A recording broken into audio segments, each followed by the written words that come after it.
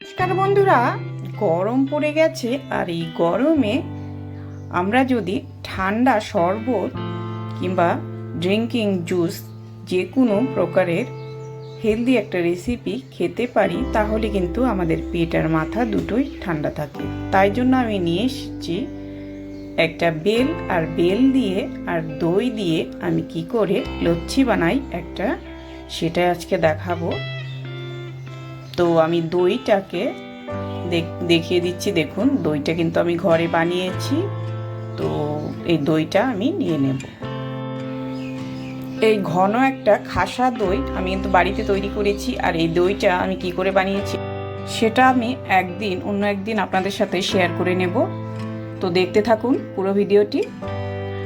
তো আমি অনেকটা পরিমাণ দই নিয়ে নিচ্ছি। এখানে আমি 1 লিটার দুধ ভালো করে জাল করে তারপর টক দই বানিয়েছি।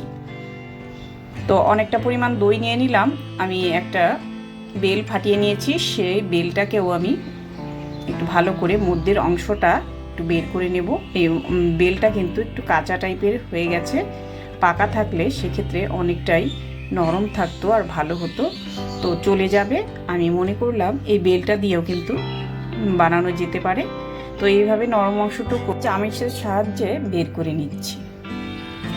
তো সমস্ত বেল আমি বের করব না, মধ্যের যেটুকু নরম অংশ আছে সেটা আমি বের করে নিলাম। তো এই বেল কিন্তু আমাদের স্বাস্থ্যের জন্য অনেকটাই উপকারী।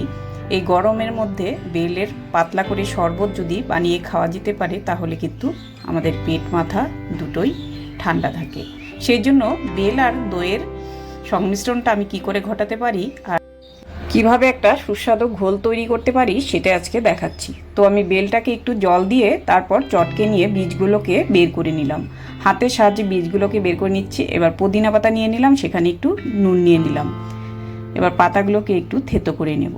এই পাতাটাকে আপনারা হয়তো বেটে দিতে পারেন, নয়তো এভাবেও থেতো করে একটু মিশিয়ে নিতে পারেন।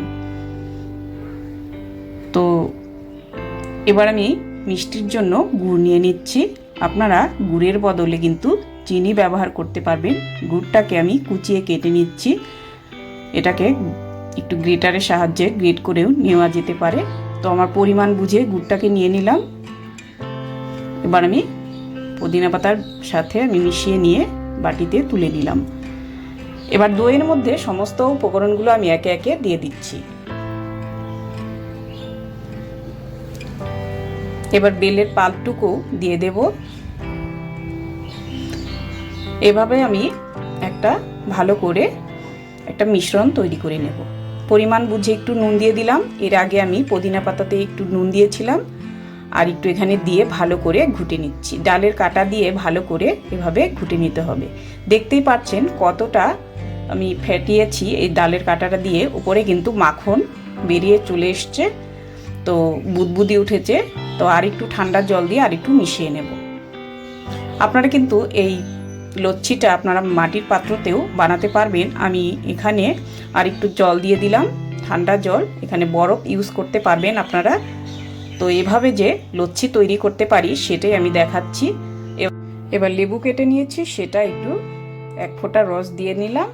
এবার একটু বিট নুন দিয়ে উপরে, তারপর একটু সাজানোর জন্য রং গুঁড়ো দিয়ে দিলাম, লঙ্কা গুঁড়ো, জিরে গুঁড়ো দিয়ে লেবু স্লাইস করে লেবু পাতা দিয়ে সার্ভ করে নিলাম। তো বন্ধুরা, এইভাবে ঘরে বানাবেন আর খেয়ে দেখবেন।